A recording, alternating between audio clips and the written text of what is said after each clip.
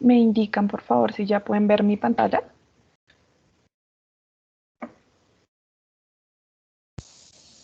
Sí, señora. Ok.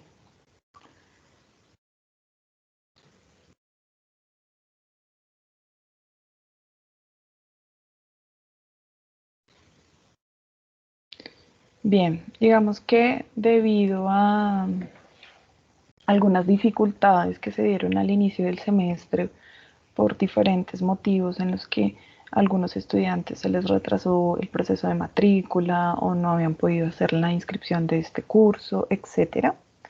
Digamos que no hemos tenido la posibilidad de conocernos. Entonces, pues vamos a empezar por ahí. Mi nombre es Eliana Aguilera, yo soy docente de la UNAD desde el 2016. No siempre he estado en el curso de estructura molecular, de pronto alguno de ustedes ya tuvo la posibilidad de estar conmigo en otros cursos, como química orgánica o química general. Yo soy licenciada en química, me formé en la Universidad Pedagógica Nacional, también hice mi posgrado en la Universidad Nacional y pues ahorita también, como ustedes, estoy en calidad de estudiante, estoy haciendo mi doctorado en la Universidad Javeriana.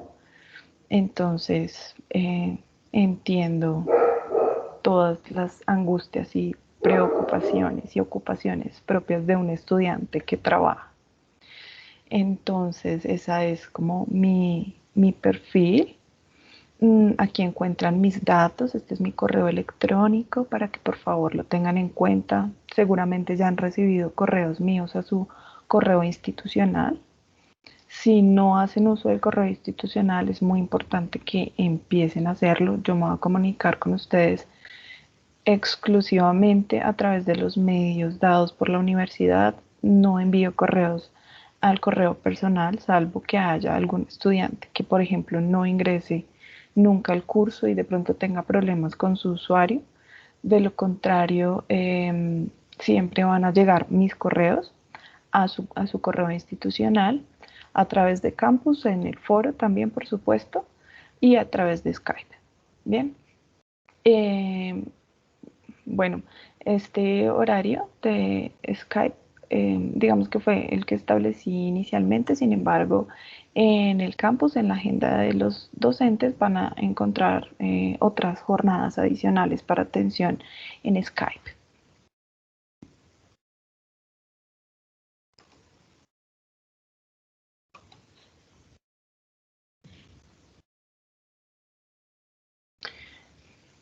El día de hoy pues vamos a dar inicio a los CIPAS, que ya vamos a hablar un poquito de qué son los CIPAS.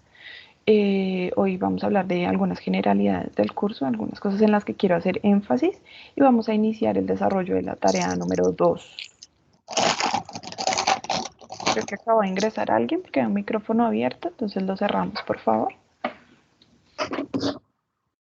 Bien, entonces, ¿qué son los CIPAS? Estos CIPAS están diseñados para promover la interacción entre estudiantes y estudiantes docentes. Entonces la idea es que ustedes pues nos conozcan, sepan que tienen ese apoyo para el desarrollo de sus actividades y que haya este encuentro sincrónico. Obviamente nosotros sabemos que tenemos estudiantes que trabajan y que no pueden asistir a estos encuentros sincrónicos, por lo cual esto no es obligatorio. Es el espacio que está abierto para quienes puedan, para quienes quieran y lo necesiten, por supuesto, ¿no? No es exclusivo, así que también tenemos las web que son llevadas a cabo por la directora del curso. Entonces tienen como la opción de asistencia a diferentes eventos que van obviamente a repetir pues la información entre comillas, porque pues cada docente tiene su metodología y su forma de explicar las cosas. Entonces digamos que tienen dos oportunidades y van a la web y no logran entender todos los temas o siguen con preguntas, entonces tienen la posibilidad de asistir al CIPAS de su respectivo tutor. Entonces, es un plus que tiene la UNAD, que ustedes tienen dos docentes por cada asignatura, que eso no pasa en ninguna universidad. Aquí, si ustedes no le entienden al director del curso, bien pueden ir a recibir la explicación de su respectivo tutor, ¿no? Entonces, esa es como la ventaja. En cuanto a generalidades del curso, que pues como ya habíamos mencionado, no hemos tenido la posibilidad de revisarlo porque no nos vimos en las primeras semanas del curso. Entonces, pues es un curso metodológico. Cuando hablamos de un curso metodológico, quiere decir que tiene un componente práctico. Este componente práctico es, digamos, particular porque es un componente práctico virtual. Entonces hay que tener en cuenta esta particularidad porque pues no vamos a tener que hacer inscripción, no vamos a tener que tener como un espacio diferente al del curso para desarrollarlo, sino que es parte de una tarea. Es nuestra tarea número 5. Yo voy a utilizar mi pluma. Entonces estamos hablando de esta tarea. Y es importante que ustedes revisen la agenda porque esta tarea se da al mismo tiempo durante la tarea 3 y la tarea, bueno, desde la tarea 2 incluso, estamos desarrollando ya la tarea 5. Entonces a veces suele ser confuso como por los números de la tarea, pero el número de la tarea no indica necesariamente el orden en el que hay que desarrollarla. Bueno, entonces súper pendientes de la tarea 5 porque inicia a partir del 13 de septiembre. Bien, entonces aquí, pues como lo ven, vamos a tener 6 tareas. La primera, pues ya la desarrollamos o estamos en el desarrollo por los inconvenientes que ya habíamos mencionado. Pues esta tarea se amplió hasta el día de mañana para quienes no han hecho la entrega. Sin embargo, no se puede abrir de nuevo el espacio de foros y tampoco la entrega a través del entorno de evaluación.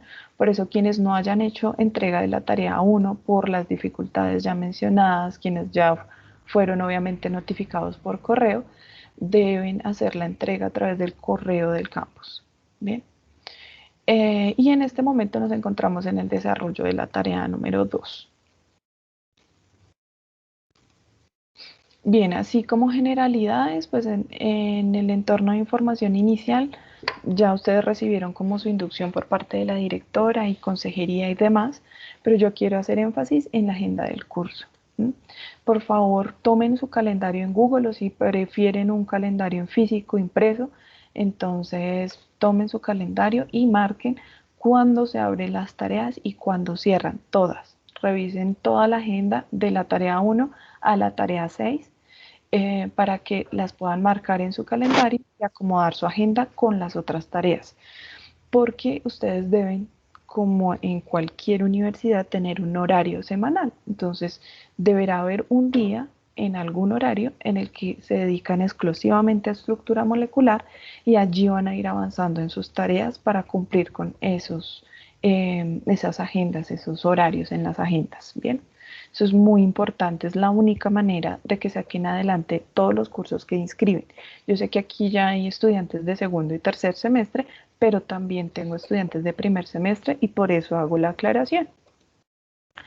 Luego también tenemos los entornos de aprendizaje y evaluación. Aprendizaje pues va a ser donde encontramos los foros, las guías, eso también ya lo saben. Y en la parte de evaluación pues es donde vamos a subir ya nuestro trabajo final.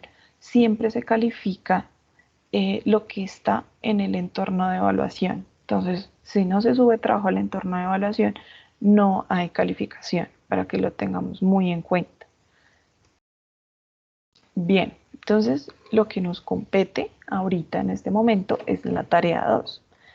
Sin embargo, si hay alguna pregunta en este momento de la tarea 1, los escucho, teniendo en cuenta que hay plazo hasta mañana para quienes no la pudieron entregar. Va a revisar el chat.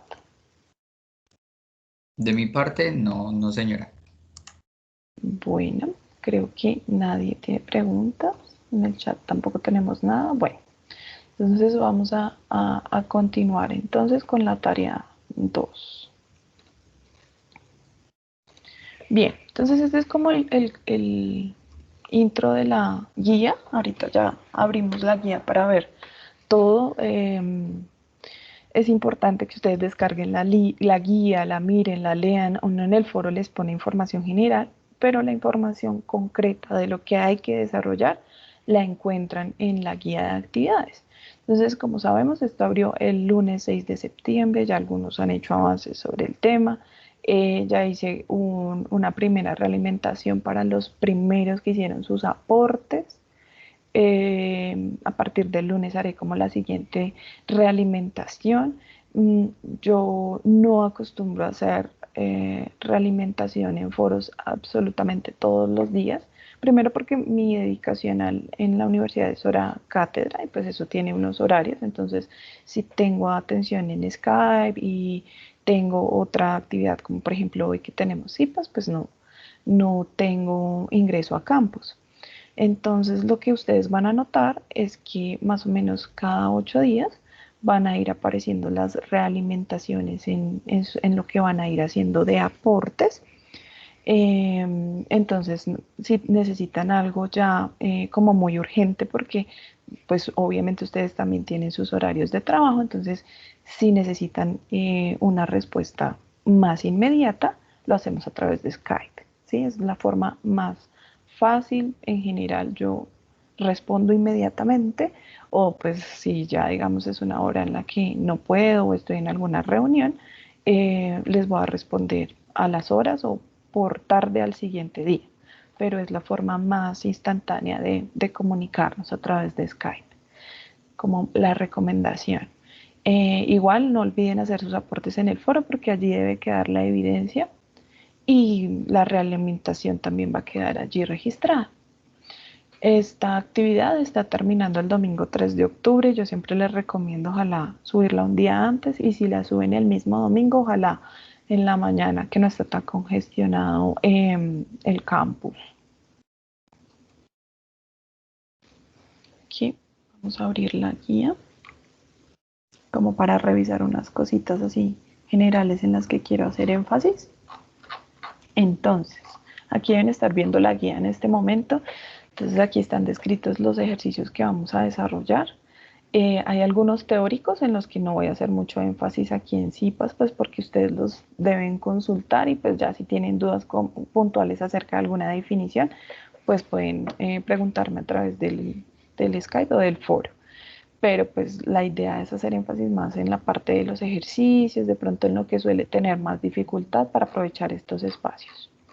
Bien, entonces aquí están ya escritos los ejercicios que ya ahorita los miramos uno a uno y quiero irme rápidamente hacia, hacia acá, hacia la rúbrica de evaluación. Entonces, como sabemos, esta actividad tiene un valor de 90 puntos. Es muy importante que miren qué es lo que se les va a evaluar, porque a veces me dicen, bueno, profe, pero usted ¿por qué me quitó tantos puntos por la bibliografía? A mí me parece que le están dando mucha valoración a la bibliografía, pero pues desafortunada o afortunadamente yo me guío por lo que dice la rúbrica. Entonces, por ejemplo, en este caso, presentación del documento, estas cositas, realización de aportes para el desarrollo de los ejercicios. Entonces, por ejemplo, alguien envía de forma individual un trabajo muy completo, perfecto, pero jamás hizo un aporte en el foro. Yo no tengo cómo, digamos, sustentar que realmente trabajó, hizo sus aportes y intentó aportar al grupo. Entonces no tengo cómo darle estos 5 puntos. Entonces es importante que ustedes revisen qué se les está evaluando y sepan que si no cumplen con esas características, pues van a perder esos puntos descritos en la rúbrica. En cuanto a la presentación del documento, pues dentro de la guía también les dice que tiene que tener una portada, que tiene que tener una cita, una bibliografía. Entonces eso hace parte de la presentación del documento. Si su documento está en diferentes tipos de letra porque no se tomaron el trabajo de unificar cada aporte de los estudiantes, pues todo eso va a tener una consecuencia sobre esta puntuación. Bien, así cositas importantes para la calificación de todos los trabajos. En cuanto a la bibliografía, pues pueden utilizar gestores como los de Word o Mendeley o Edna, las que deseen, los que ustedes tengan, manejen, sepan manejar, pero hay que hacer la bibliografía, hay que tenerla. O si la hacen manualmente, pues igual que la hagan de manera ordenada y se encuentren en el trabajo. Bien. Entonces, aquí ya comenzamos con nuestro primer ejercicio, que este es teórico, solo lo voy a mencionar. Entonces, tienen que hacer la consulta respecto a diferentes científicos. Entonces, acá está como el nombre del estudiante. Esta tablita es la que está en el anexo. En el anexo solo están las tablas, pero cuando ustedes me envían el anexo debe tener toda la estructura que les piden en la guía. Entonces no es solo las tablas y el desarrollo, sino que debe tener una portada, es un trabajo y debe tener la presentación adecuada. Y ya saben que la presentación pues se va a calificar. Entonces ese anexo debe tener todo lo que corresponde a la presentación de un trabajo. El nombre del estudiante, es importante que en todos los puntos pongan el nombre del estudiante. Yo incluso a los puntos que son colaborativos, es decir, los ejercicios que todos los estudiantes pueden hacer aporte y al final en el consolidado puede que haya un solo ejercicio, un solo desarrollo, el que ustedes consideraron que estaba más completo y que estaba bien. Pero entonces allí también es importante poner el nombre de los estudiantes porque entonces luego me dicen, no, pero es que fulanito de tal no aportó al ejercicio y aún así se le dieron los puntos, pero es que para mí es muy complicado saber si aporta o no. Claro, yo reviso en el foro, no veo el aporte de Pepito Pérez, entonces no le pongo los puntos, supongamos. Entonces luego me hacen también reclamo. Pepito Pérez, ¿por qué no tiene puntos de tal ejercicio? Yo, ¿por qué no los vi en el foro? Entonces me dicen, no, lo que pasa es que nosotros nos reunimos aparte, nos enviamos aparte los aportes de ese ejercicio, nos reunimos por Skype. Entonces yo no puedo, digamos, hacer eso. Yo sí reviso que hayan aportes en el foro para el punto que me piden calificar aportes en foro, pero no le puedo quitar los puntos de un ejercicio a un estudiante porque no tenga ese aporte puntual en el foro, porque en muchos grupos sé y me ha sucedido que se reúnen por aparte y el aporte puntual no aparece. Por ejemplo, hacen entre todos el ejercicio y solo hay un único ejercicio en el foro que publicó uno de los estudiantes, el moderador, por ejemplo, pero todos aportaron. Entonces, ¿cómo sé yo si aportaron o no? Si aparece en la portada del trabajo consolidado, yo le doy nota a todos los estudiantes que aparecen en la portada. Si, por ejemplo, en esta tabla no aparece el nombre de algún estudiante, pues a ese estudiante le quito la puntuación de este ejercicio.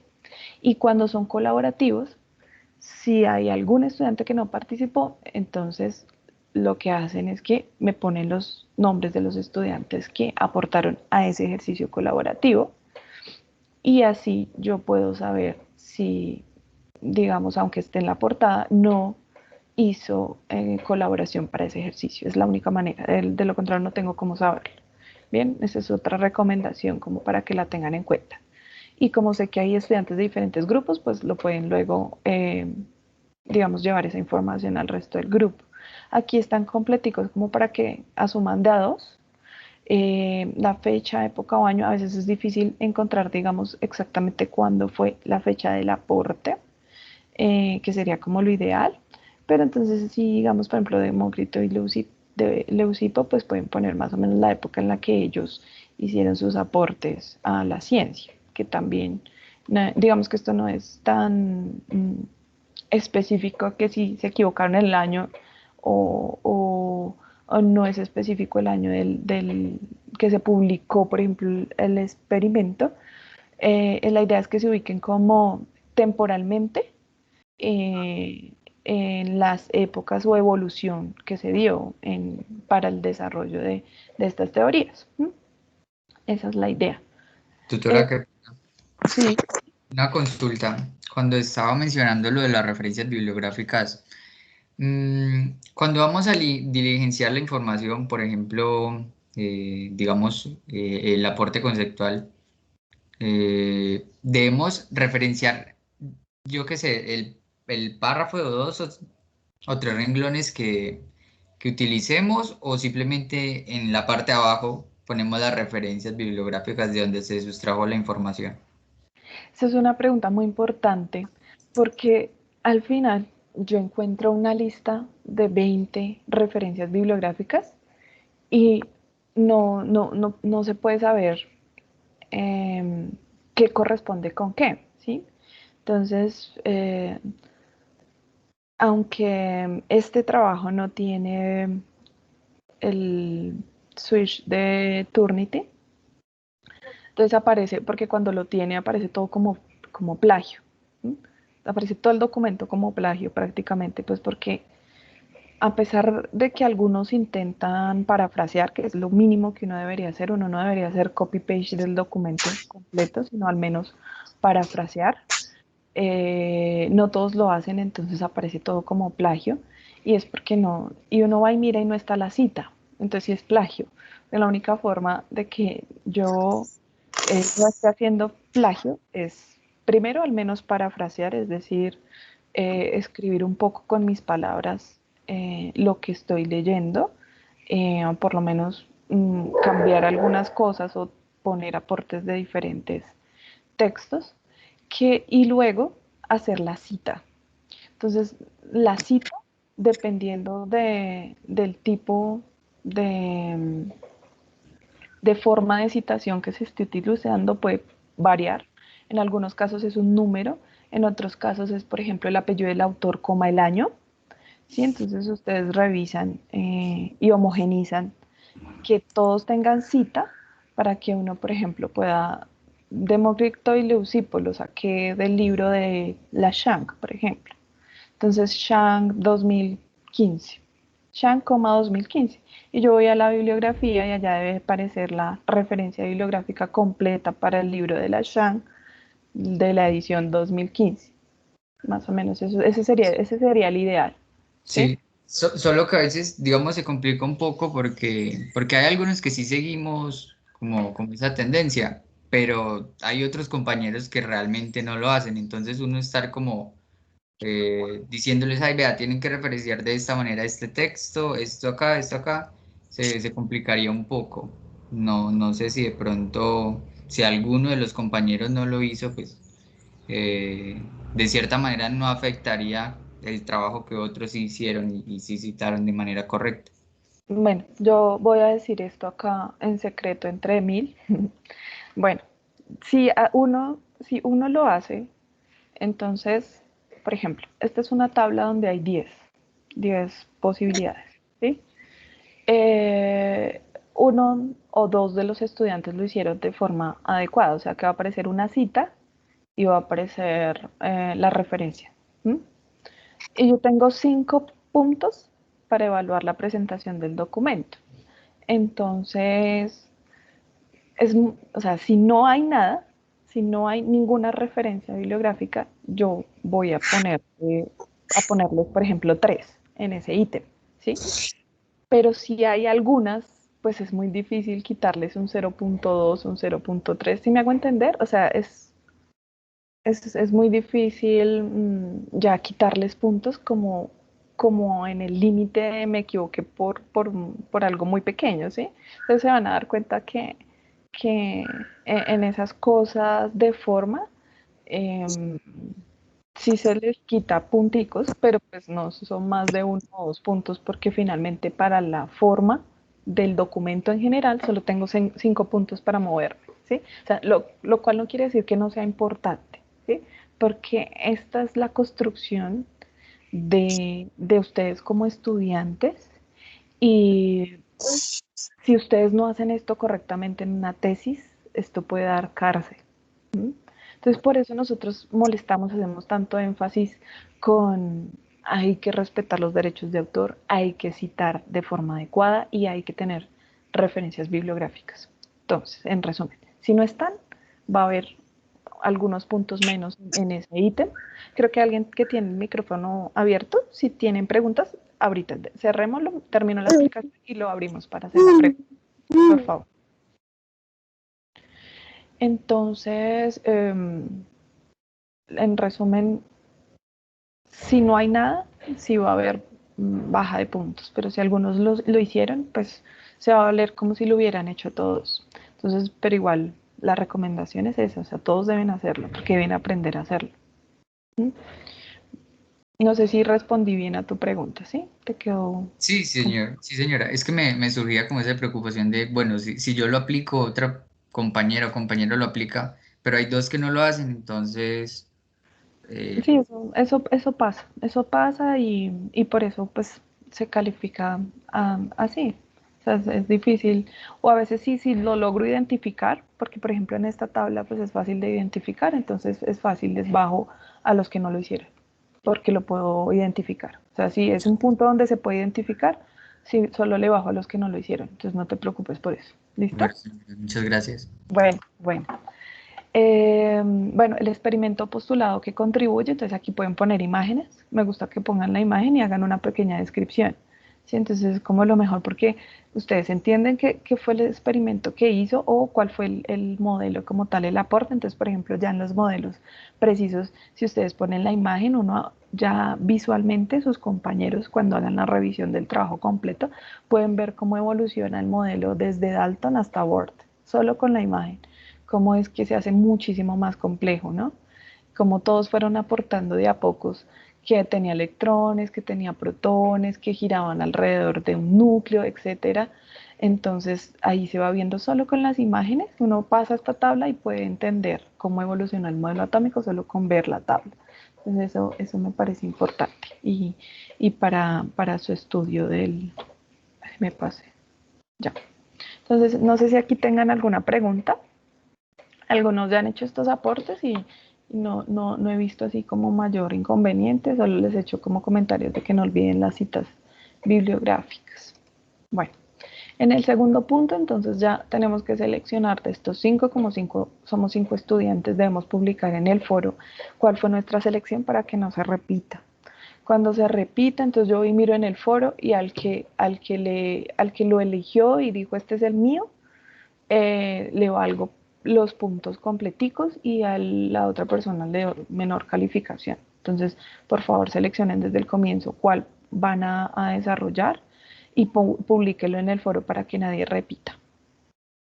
Entonces, esta es la tabla que tenemos que llenar con esa información. Tenemos el nombre del estudiante, entonces aquí también puedo identificar quién hizo el aporte y quién no y darle los puntos a quien corresponda. El nombre del compuesto, entonces deben consultar cómo se debe nombrar. Aquí tenemos disulfuro de germanio, esto es una sal, dióxido de selenio es un óxido, ácido sulfuroso es ácido, hipoclorito de sodio es una sal, el nitrito de plata es una sal. Entonces, creo que aquí se me olvidó, pero ahorita en el Skype o más tardecito, si me recuerdan, les voy a poner videos que ya tengo previamente sobre nomenclatura, ¿m? Para que avancemos aquí, porque pues si hago una clase de nomenclatura se nos va 2 horas en solo nomenclatura inorgánica. En cambio los videos están resumiditos y pueden revisarlo de acuerdo al que les correspondió. Digamos que esto de nomenclatura inorgánica ya algunos la recordarán del colegio y es más como un recorderis respecto del que les haya tocado, el que hayan elegido. ¿Bien? Entonces eso para el nombre del compuesto. Entonces yo sí les sugiero que lo recuerden, lo van a seguir utilizando, entonces no solo consulten en internet cuál es el nombre de su compuesto por ponerlo y ya, sino hagan el recorderis de la nomenclatura para que les va a servir para otros ejercicios más adelante en el curso. La fórmula molecular, entonces pues ya la fórmula molecular va a ser el tipo de átomos que forman el compuesto. Entonces deberán buscar cuál es la fórmula molecular para cada uno de sus compuestos, ¿no? Entonces, dependiendo del compuesto, pues va a haber como un orden de escritura de la fórmula molecular, no solo poner como los elementos que lo forman ya, sino que hay una forma de escribirlos. Entonces, por lo general, la tendencia es que siempre se ponen los átomos que tienen carga positiva y al final los átomos que tienen carga negativa. Eso también lo pueden ver ahí en los videos de la nomenclatura, entonces por eso es importante también que lo revisen. Entonces este nitrito de plata, porque se llama nitrito de plata, ¿y cómo escribiría?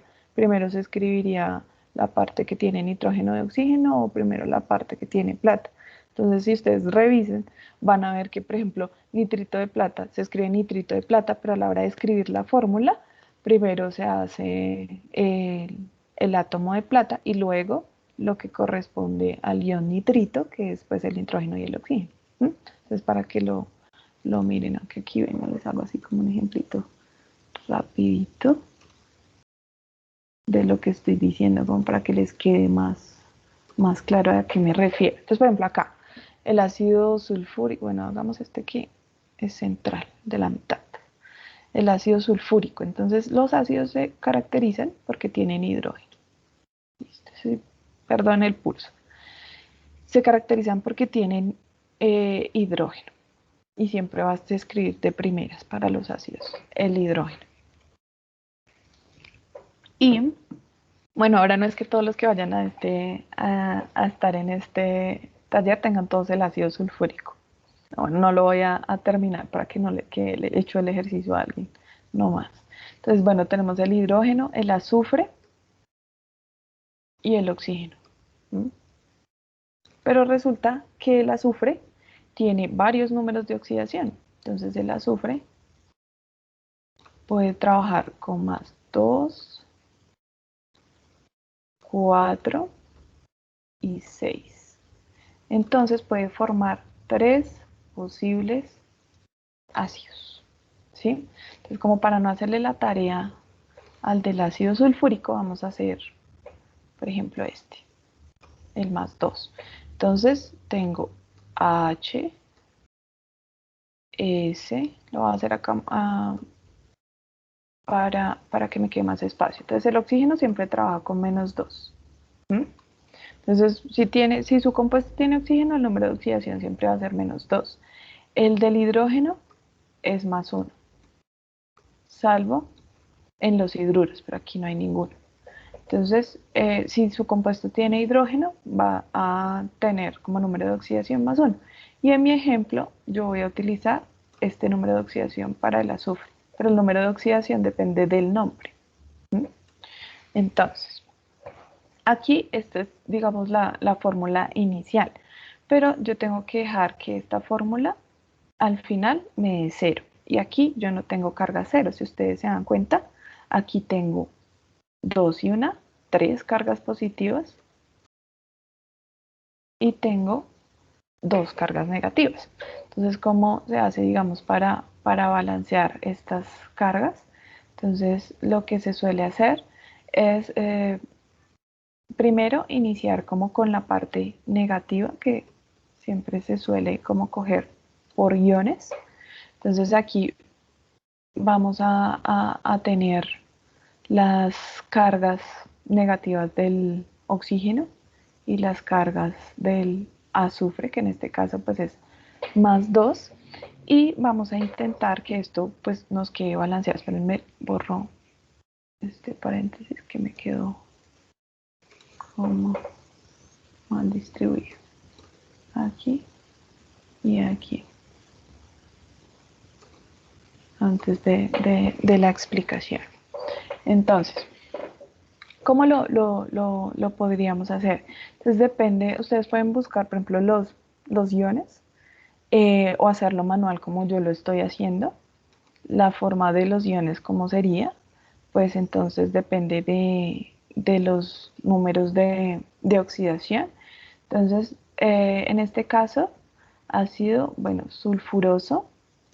Las otras terminaciones pues serían ico. Ah, preciso, cogí el que no el que no debía coger, sí. Sí, este es preciso, el del ejemplo. Voy a cambiarlo, perdón. que estaba pensando en el sulfúrico y cogí el sulfuroso. Entonces, vamos a coger este mejor, porque el que tomé preciso era el del ejemplo. Entonces, vamos a coger este, que es el sulfúrico. Entonces, si tomamos el mayor número de oxidación, la terminación del ácido será ico, cuando tiene mayor número de oxidación. Y para los números de oxidación pequeños, la terminación va a ser oso. Por eso cambié mi ejemplo, porque aquí vamos a tener el sulfuroso. Entonces, cuando tenemos números de oxidación grandes, las terminaciones siempre van a ser ico. Cuando hay un solo número de oxidación, como en la plata, entonces no se utilizan estas terminaciones. Por eso aquí es nitrito de plata. Aquí hipoclorito de sodio, porque tampoco tiene la terminación oso-ico, porque el sodio tiene un solo número de oxidación. Por eso no se dan estas terminaciones. Entonces, estas terminaciones solo van a aplicar en este caso, que tiene más de un número de oxidación. Y vamos a utilizar esta de ico para el mayor número de oxidación. Entonces, aquí ya vamos a tener pues, más cargas positivas de las que habíamos hablado. Sí, me disculpo porque es que no quiero hacerle el ejercicio preciso a un solo estudiante. Entonces, me tocó cambiar el ejemplo. Bien, entonces, este ion es el sulfúrico. Y si ustedes miran, entonces tenemos unas diferencias de cargas aquí.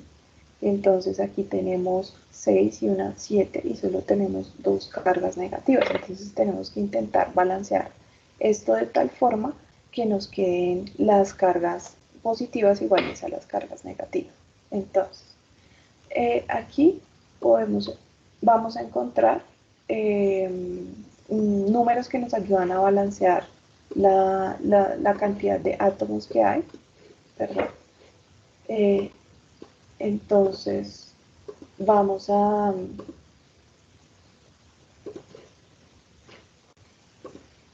poner átomos, la cantidad de átomos que sea necesaria para balancearlo, ¿no? Aquí vamos a poner 2 y aquí un 4. Ya me voy por aquí. Entonces, vamos a ver que tenemos 2 por 1, 2 y 6. Vamos a tener 8 cargas positivas y 4 por 2, 8 cargas negativas. ¿Sí? Y esto va a ser igual a 0. ¿Sí? Entonces, esto es lo que van a tener que obtener en sus fórmulas. Fórmulas completamente neutras. ¿Sí? Entonces, si uno de sus átomos tiene carga, por ejemplo, más 1, y son solo 2 átomos, el otro tiene que tener carga menos 1, para que al final los compuestos les queden con una carga completamente neutra. Esa es la idea. Este se llama ácido sulfúrico.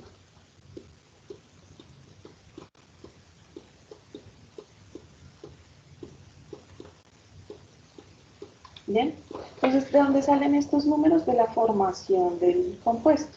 Este compuesto se forma a partir de el agua más un óxido ácido, que es el SO3. ¿Por qué este SO3? ¿O cómo sé que es el SO3? Porque recuerdan que tienen que darle 0, entonces 3 por 2, 6, y como dijimos que el azufre lo íbamos a trabajar con 6, entonces ya esto nos da 0, más 6 menos 6 es igual a 0, por eso sé que tiene que ser SO3. Entonces, esto nos forma el H. ¿Cuántos H tengo? 2. Azufre. ¿Cuántos azufres tengo? 1. Y oxígeno. ¿Cuántos oxígenos tengo? 3 y 1, 4. ¿Ven? De aquí sale esta fórmula molecular. Entonces, si ustedes quieren hacer como todo el proceso, tienen que saber de dónde viene su compuesto. Y otra forma de hacerlo es averiguar el el ion, ¿sí? Entonces, por ejemplo, ustedes buscan ion sulfuroso, cómo es la fórmula molecular del ion sulfuroso, y ya solo es ponerle el agua y sale la formulita como yo la saqué aquí. Entonces es como formas de hacerlo. Toda esta explicación que les estoy dando va a estar detallada para cada uno de los compuestos en los videos que les voy a dar. Este es solo el ejemplo para un ácido. Pero ya van a encontrar cómo se forma una sal, cómo se forma el óxido, cómo se forma, estos también son sales. Bien, entonces así en forma general. Bien, entonces ya que tenemos la fórmula molecular, y les repito, por favor, que sepamos cómo salió esa fórmula molecular para que sepamos que está correcta, ¿no? Entonces vamos a coger y vamos a dividir en el número de elementos que tenemos. Aquí tengo un ejemplo así. Entonces, por ejemplo, aquí yo tengo el fluoruro de sodio, esto también es una sal. Fluoruro de sodio, miren que el flúor se escribe primero, pero en la fórmula molecular va al final.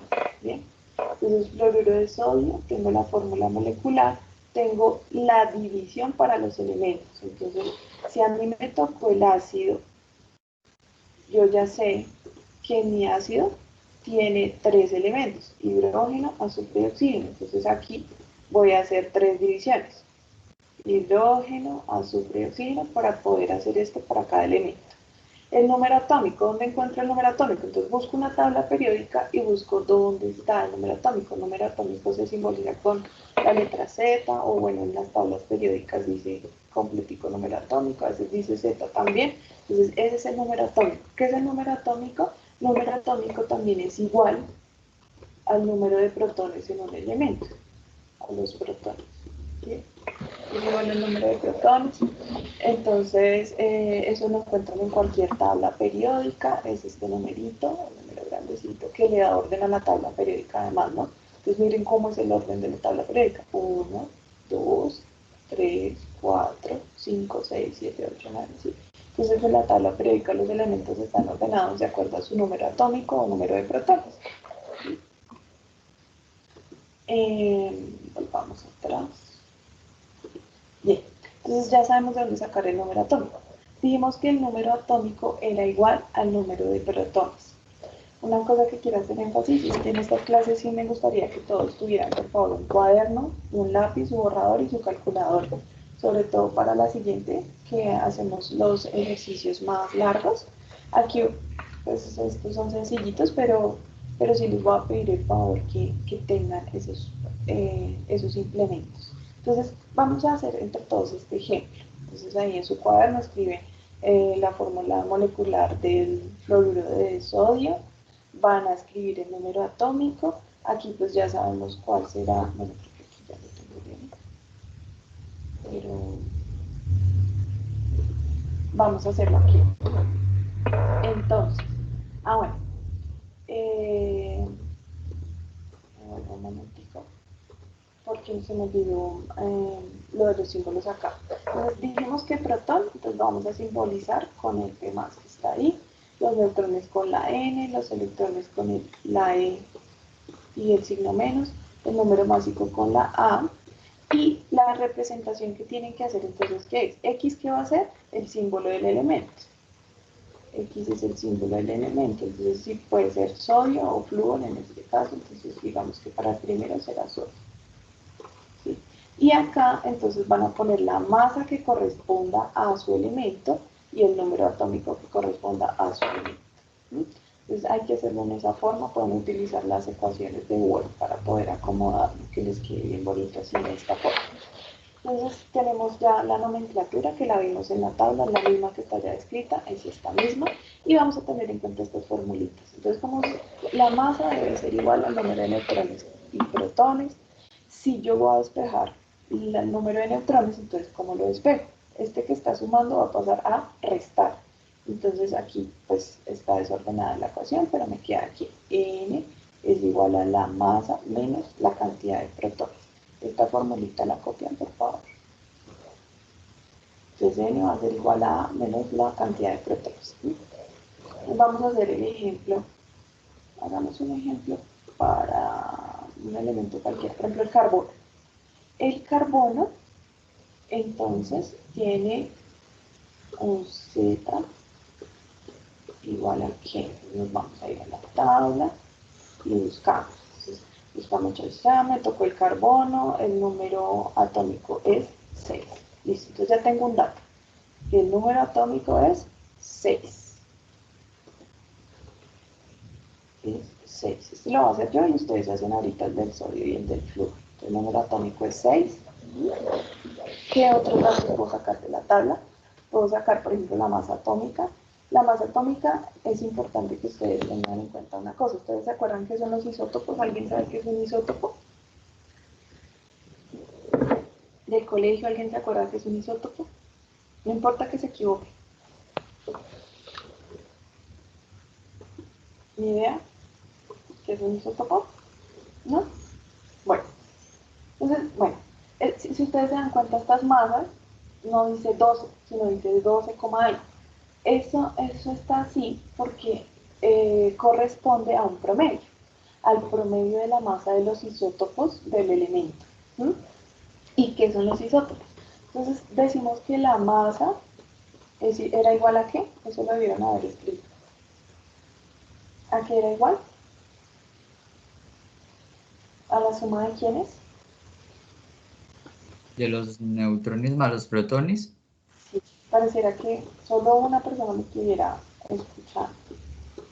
Entonces, pues va, todos ahí atentos y poniendo atención. La idea de estas clases es que sean un poquito más interactivas, ¿no?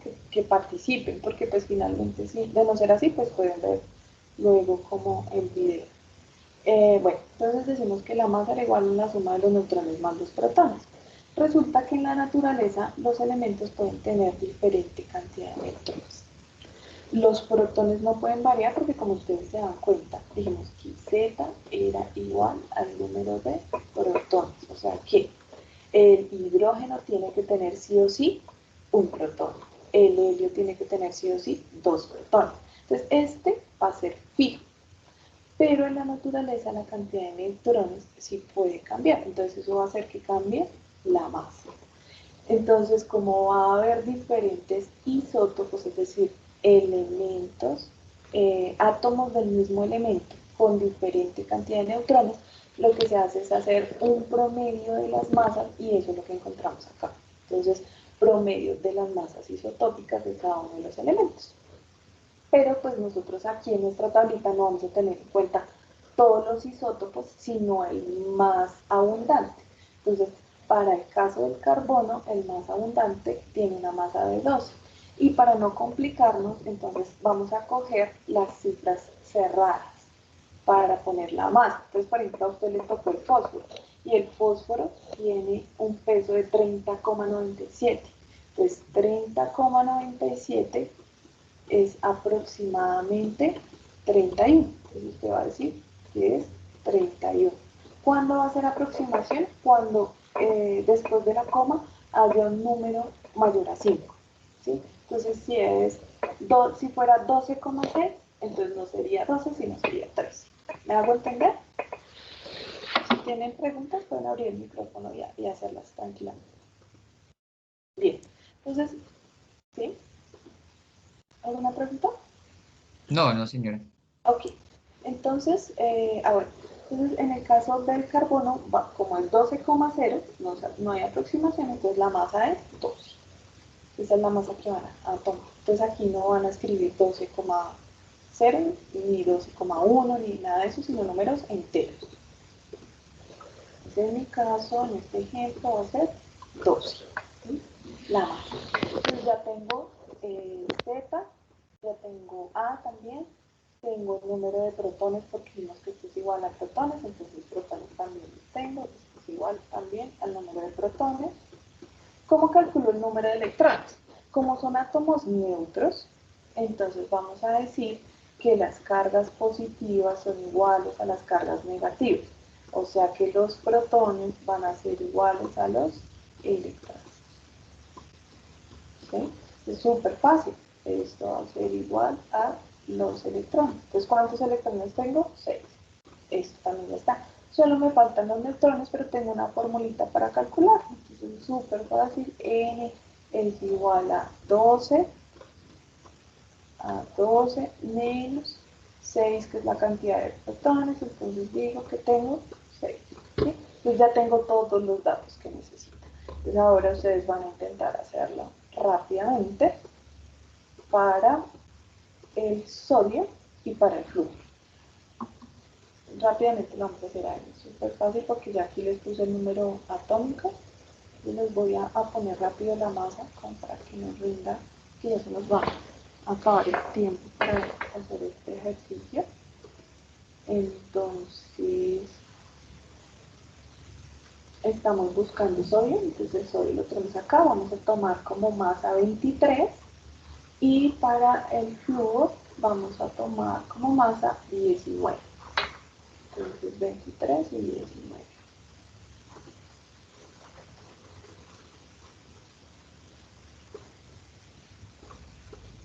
Y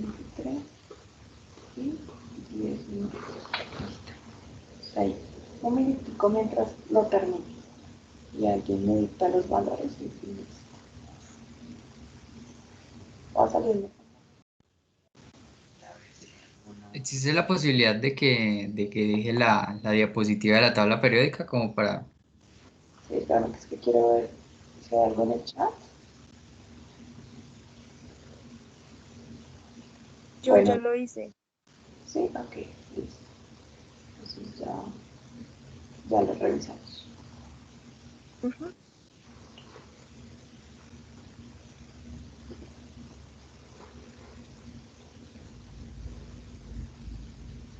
Bueno, si quieres, espera, le voy a dar un segundo a los estudiantes como para que... Ah, bueno, pues aquí están los datos que necesitan de la tabla periódica, que es la masa y... Pues no necesitas la tabla, pues ya tienes los datos. Entonces, si quieres, la estudiante que... Es que no vi el nombre, que me dice que ya No, tiene... Luisa.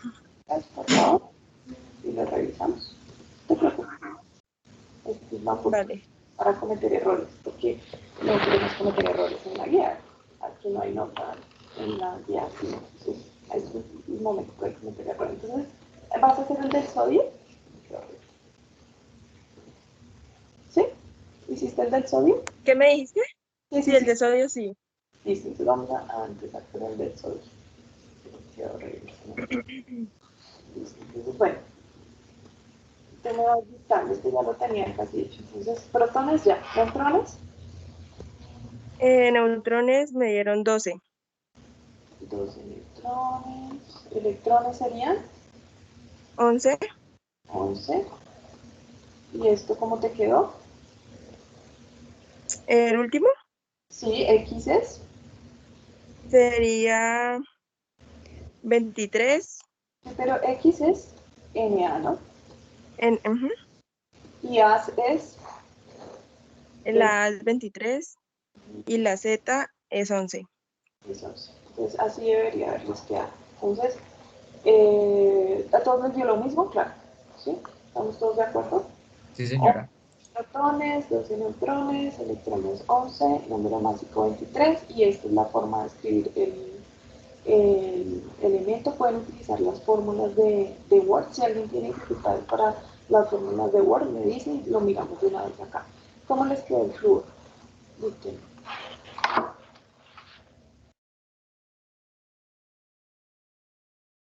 Si quieres tú misma o no sé, cualquiera puede abrir un... Vale. ¿Listo? El flúor, pues, en los protones 9, Ajá. en los neutrones 10, Ujú. en los electrones también 9, Exacto. y en la representación, pues es F, la Sí, Z, muy bien. la A 19 y la Z 9. Y la Z. ¿De acuerdo todo? Entonces ya aquí nos quedó nuestra tablita llena, es lo que tienen que hacer para cada uno de los elementos. Entonces uno a veces ve cosas de química y dice, eso está muy complicado, pero como se dan cuenta, es muy sencillo. Este ejercicio está muy sencillo, ¿no?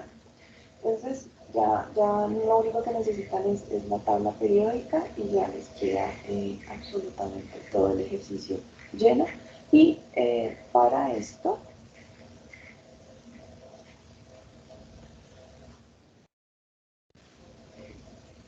Pues yo les decía que pueden utilizar las fórmulas. Insertar ecuación. Vamos a hacerlo rápidamente para quienes de pronto tengan dificultad con la herramienta. Se puede hacer aquí mismo. Insertar la ecuación.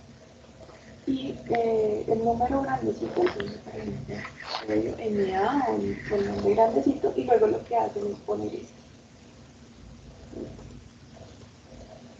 Bueno, ahí queda como con la línea, o también otra forma para que no quede como con la línea, que no queda tan bonito. Así. Bien, aquí en el índice, acá. Entonces, en el cuadro grande escriben grande y ya les da la posibilidad de escribir arriba el 23 y abajo el 11. Entonces es como la forma. Entonces, yo lo escribí después, pero pues lo pueden escribir como sea antes. También creo que esto también tiene la posibilidad de antes. Miren. También lo pueden hacer acá. Entonces sería al revés.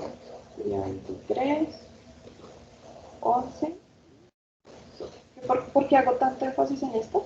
Porque cuando vayamos a hacer los ejercicios, entonces a veces se complican como hacer la ecuación completa y me toman foto de la hoja de papel donde lo desarrollaron y pues no, la idea es que ustedes también adquieran la agilidad en el desarrollo de estas herramientas. En su tesis pues no van a poder poner imágenes o en los trabajos, no está bien visto que uno ponga una foto del ejercicio cuando tiene el Word, cuando tiene el PowerPoint, cuando tiene tantas herramientas para hacer esas ecuaciones de forma sencilla. Bien, pues ya son los 9 minutos. Yo quería haber hecho como avance sobre el ejercicio número 3, pero entonces así rápidamente lo que vamos a hacer en las sesiones de CIPAS, entonces es revisar, no voy a revisar uno a uno como les dije, no voy a enfatizar en la parte teórica porque ustedes van a hacer esta consulta, pero como para los ejercicios que vienen de efecto Compton, efecto fotoeléctrico, radiación del cuerpo negro, sí se requiere un poquito de teoría, entonces yo voy a hacer como una explicación general de lo que es esta teoría y ustedes ya lo tomarán a fondo para hacer estas definiciones. ¿Listo? Entonces este va a ser solo una abrebocas de lo que van a revisar para que lo vayan leyendo y traigan preguntas para la próxima sesión. Entonces, digamos que lo primero que vamos a hablar la clase siguiente es sobre ese cambio que hubo entre la física clásica y la física ya moderna desde la teoría cuántica para dar explicación al fenómeno de la energía, ¿sí? Que es la energía como tal. ¿Sí? Entonces, aquí como nos dice el cuadrito, que es un muy pequeño resumen, nos dice que la física clásica tenía que los átomos y las moléculas emitían o absorbían cualquier cantidad arbitraria de energía radiante. ¿Sí? Entonces, desde esta definición dada por la física clásica, no se podía dar explicación a muchos fenómenos físicos que ocurrían en la naturaleza. Entonces, cuando eso sucede, que es lo mismo que pasa con la evolución de la teoría atómica, que, por ejemplo, un ejemplo así rapidito, Dalton decía que el átomo era una unidad, ¿sí? Que nos decía en la consulta, decían una partícula fundamental, como si fuera una esferita, que no se puede dividir, que no tiene, digamos, unas características especiales, sino que es algo muy chiquitico que no tiene división. Entonces, si nosotros cogiéramos la mesa y la dividiéramos en pequeñas partes hasta llegar al átomo, llegaríamos a una esfera pequeña que ya no tiene división. ¿Sí? Y eso, de hecho, es la definición de átomo. Átomo significa sin división, que mantiene ese nombre, pero eso no es cierto. El átomo no es una esfera pequeñita sin división. Entonces, ¿qué pasó después? Entonces, yo quería explicar, por ejemplo, la energía eléctrica. Entonces, ¿por qué existe la energía eléctrica? Esa teoría de átomo de una bolita sin división no da explicación a la energía eléctrica. Entonces la energía eléctrica es un fenómeno físico natural que hay que explicarlo. Entonces, ¿qué hay que hacer? Coger esa teoría que hay y buscar qué modificaciones se le pueden dar para poder dar explicaciones a ese fenómeno natural. ¿Qué son las ciencias? No, la forma del ser humano para dar explicación a esos fenómenos naturales. Entonces ya se empieza a hablar del electrón. Entonces el átomo no es una esfera indivisible, sino que tiene unas partes, entonces tiene unas cargas, por ejemplo. Entonces Thomson habla de cargas positivas y negativas, pero si ustedes se acuerdan del pudín de pasas, entonces él habla como de una esfera con cargas positivas y negativas, pero eso no explica un flujo eléctrico, por ejemplo. Entonces luego viene Rutherford y dice que el átomo tiene un núcleo positivo y que alrededor giran los electrones, entonces ya al darle movilidad a los electrones ya empiezo a hablar de un flujo eléctrico y ya es algo más real frente al fenómeno natural. Entonces lo mismo ocurre siempre, hay como una evolución en las definiciones, en cómo damos explicación a los fenómenos. Y eso ocurre todo el tiempo. Entonces, la ciencia evoluciona todos los días descubrimos nuevas cosas en física, en química, incluso ahora en la actualidad, tanto que estamos desarrollando en la parte de las vacunas. Entonces, la ciencia es muy cambiante, siempre dando explicación como a la realidad, a la biología. Entonces, bueno, aquí nace la teoría cuántica y Max Planck entonces empieza a decirnos que esto no es así, que no es como cualquier cantidad, sino que eso se puede cuantizar. Entonces él empieza a hablar de los cuantos, ¿sí? Que esa cantidad se puede cuantizar. Y de allí pues nace todo lo que es la teoría cuántica. Y aquí, bueno, está ya la definición de cuánto, pero no me quiero adelantar, entonces quiero como que ustedes den una leidita a qué es lo que dice Max Planck, qué es un cuanto, qué significa esta ecuación y ya traigan como un poquito de dudas frente a esta temática. Esa es como la pequeña introducción, me les robé 7 minuticos más, pero pues igual empezamos también como 5 o 7 minuticos tarde. Y para la próxima sesión, entonces ya saben, cuaderno, lápiz, borrador, calculadora para hacer los ejercicios y una pequeña revisadita de esto y del efecto fotoeléctrico, que es como lo primero que vamos a revisar, una leidita, como para que traigan preguntas y sea un poquito más interactivo el asunto. Hasta ahí alguna pregunta, sugerencia que tengan para la sesión. Les voy a copiar en el chat el enlace de asistencia. Es importante llenar ese enlace de asistencia, pues porque si no hay un registro de asistencia, pues lo que se asume es que estas sesiones no son importantes, porque aunque yo veo pues que sí asistieron 9 estudiantes, hay como 9 o 10 estudiantes, no tengo cómo sustentarlo si no tengo la asistencia. Entonces sí les voy a pedir el favor. En el formulario de asistencia al final hay como una sugerencia como de los cambios que le harían a estas sesiones, ese tipo de cosas. Ya les voy a enviar los enlaces de los videos para la parte de nomenclatura. Yo sé que de pronto fue un poco confuso porque este tema es muy largo, ¿sí? Y pues yo igual no quería como hacer énfasis en él para no confundirlos y resulté haciendo el ejemplo como para no dejar en el aire el tema, pero sí es bueno que revisen esta teoría para el elemento que hayan elegido, para que recuerden cómo se hace esa nomenclatura para su elemento. Hay un recorderis y pues como en otros ejercicios más adelante, pues van a tener que escoger elementos diferentes, entonces pueden verse los videos para la nomenclatura de todos para que hagan el recorderis de toda la nomenclatura. Bien, preguntas, inquietudes, sugerencias, ¿alguna? ¿No? ¿Ninguna? No, creería que la metodología es muy apropiada. Por lo menos así tendríamos tiempo de avanzar en los primeros ejercicios y pues ya de acá que se realice el otro CIPA, pues justamente vamos a la medida del desarrollo de la actividad. Sí, entonces, Y en podemos cuanto a eso, entender un poquito más. sí, súper, me encanta. Me gusta que les parezca bien la metodología. Me gusta que interactúen, que hablen, no se preocupen por equivocarse, que eso está bien. Equivocarse es la mejor forma de aprender, porque si usted fijo se equivoca acá, entonces yo le corrijo y no se le va a volver a olvidar. En cambio, si ni siquiera lo intentan, pues